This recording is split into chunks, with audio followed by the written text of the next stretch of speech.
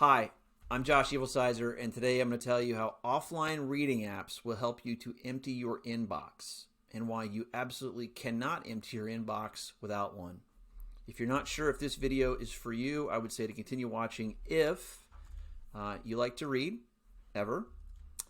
You believe that being organized sounds a-okay to you, and you use email and you would like to see less of it, then this is for you.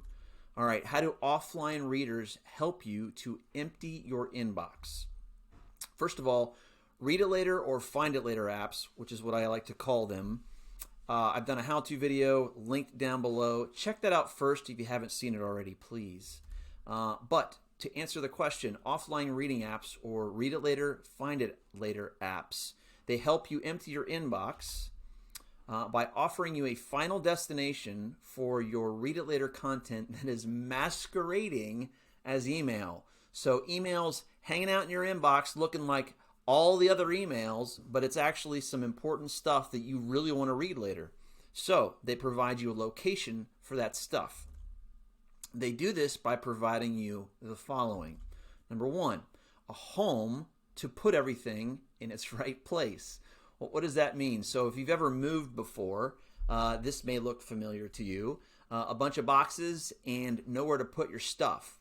So putting stuff away is a laborious process because you either need to decide where it goes, build a location for it, or decide amongst the opportunities of places to put it, like the bathroom, the kitchen, where does it go, right? So every single thing you put away, you've got to walk through that process.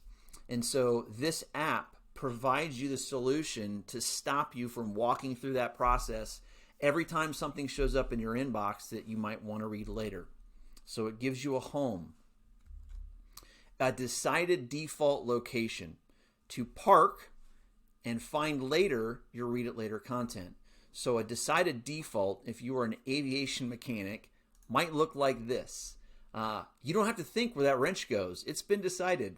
It's crystal clear that it goes in the shadowy empty spot that is missing a wrench. That's where this wrench goes. It is a decided default. So you don't, again, no thought. You just default to putting it right there because it has been decided. It is a default solution. I just want to hammer the defaultness of that home.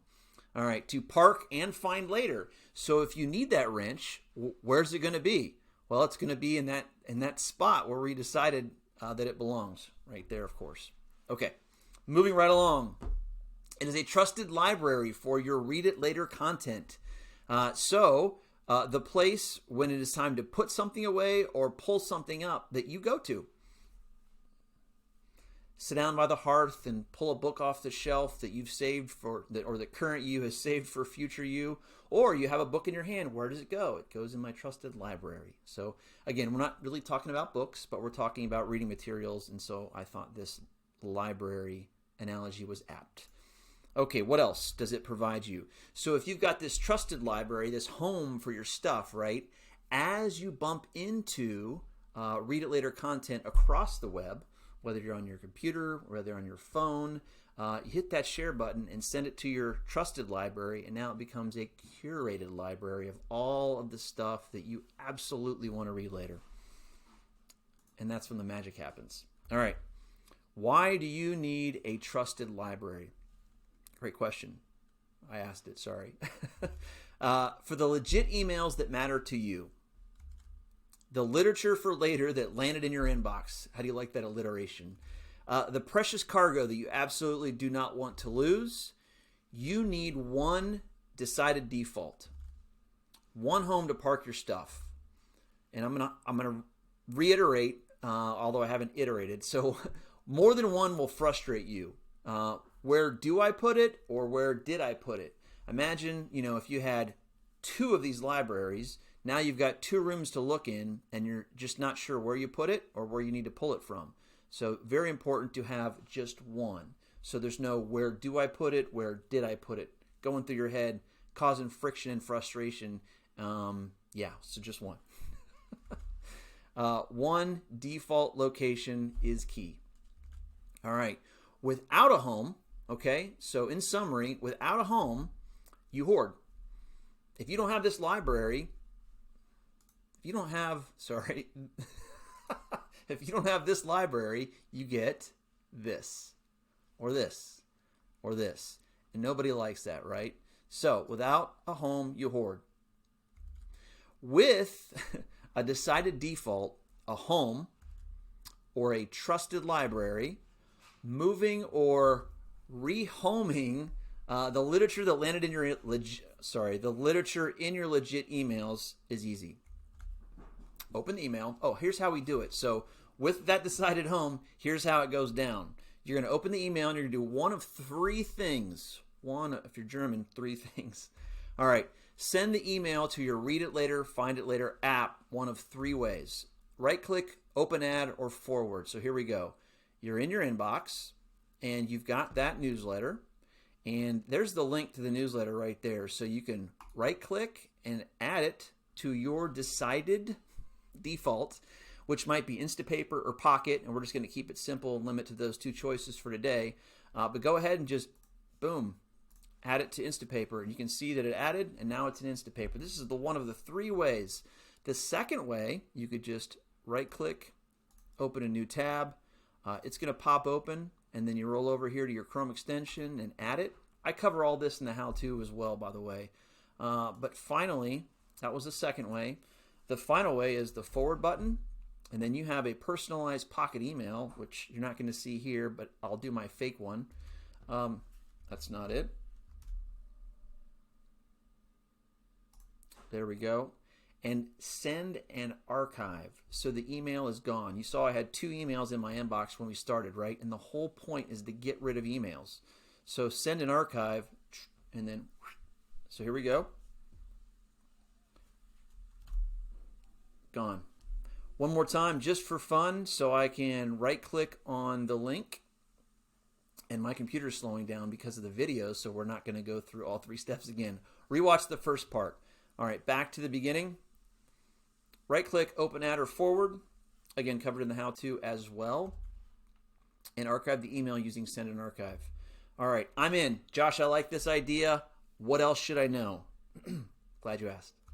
So this Read It Later, Find It Later app should be part of your broader knowledge management system. Yeah, I know. Sounds ick, right? It's just a home.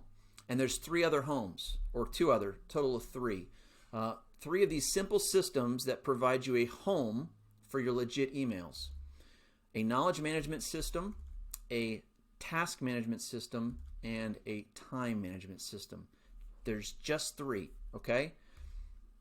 Every legitimate email in your inbox belongs in one of these 3 homes. Every single one falls into one of these 3 categories.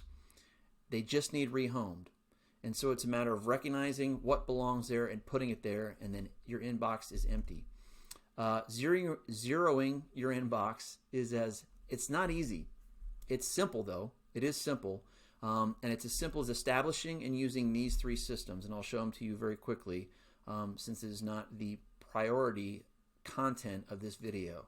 But here they are. You've got a task management system, you've got a time management system, and a knowledge management system, or you should. You should have these 3. It looks like this: task, time, knowledge management.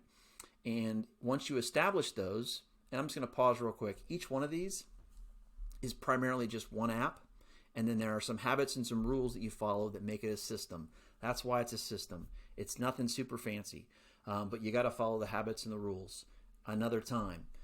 Here for us today, knowledge management system. So your Read It Later app is a part of your knowledge management system.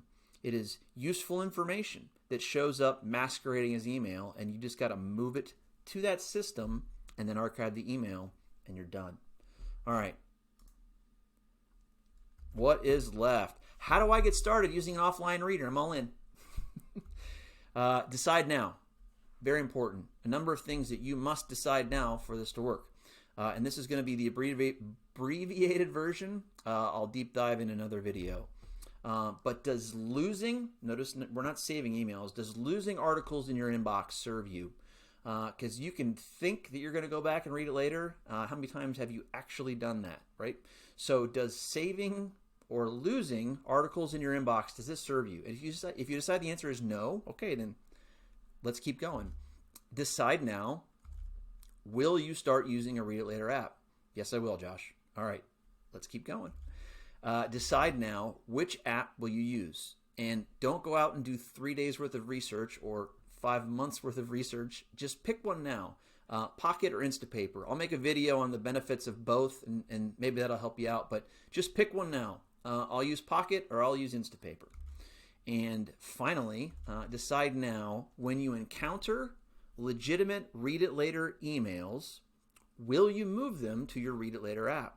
Because it's the recognition that is what is the hardest to do sometimes, is seeing it in your inbox and then making that decision to move it when you see it. Learning that habit is also another video that I'm going to make down the road. All right, here's the references and links that I talked about. I really appreciate you sticking with me. As always, please, if this video was helpful, please like, subscribe, and share with people that could use this information. Leave questions. I'd love to answer them. And remember, in the description is this outline and the way that you can get in touch with me. Thanks again. Have a great day.